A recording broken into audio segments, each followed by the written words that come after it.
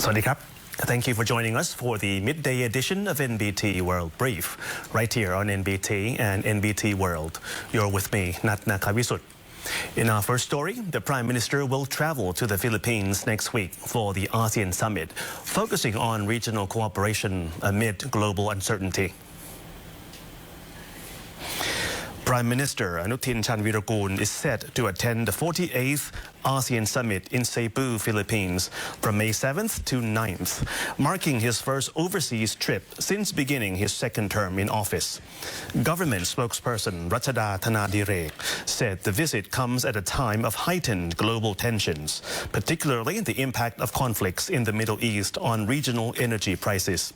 The summit will bring together leaders and senior representatives from ASEAN member states, along with the Secretary General of ASEAN and officials from the Asian Development Bank. The meeting is expected to provide a platform for leaders to exchange views on global developments and strengthen regional cooperation. Thailand aims to use the summit to push for concrete collaboration across key areas while safeguarding national interests amid ongoing global volatility. Thailand has welcomed Myanmar's decision to move Aung San Suu Kyi from prison to house detention, calling it a positive step toward reconciliation. The Thai government says it views the transfer of Aung San Suu Kyi to house detention as a positive development and is pledging support for ongoing peace efforts in Myanmar. Government spokesperson Ratchada Thanadire said the issue was raised during the Deputy Prime Minister and Foreign Minister Sihasak Phuangketkaew's visit to Myanmar, where he met with military leader Min Aung Hlaing on April 22nd.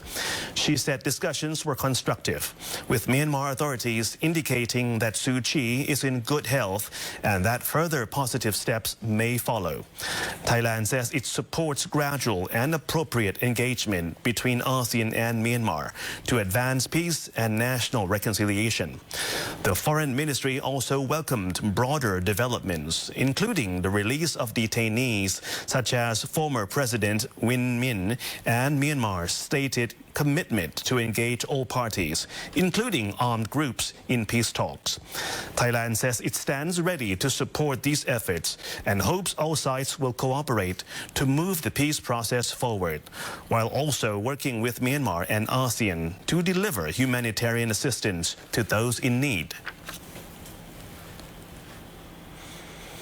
Election officials are preparing for the upcoming gubernatorial vote in Bangkok, with candidate registration in late May and turnout projected at up to 75%. Acting Sub-Lieutenant Sampan Sangkamleut, director of the Bangkok Election Commission Office, said officials have coordinated with the Bangkok Metropolitan Administration to prepare for the upcoming election of the city's governor and council members, as the current term is set to end on May 21st. Candidate registration will take place from May 28th to June the 1st, with election day scheduled for June 28th. The vote will be held across the same 50 districts with no changes to district boundaries.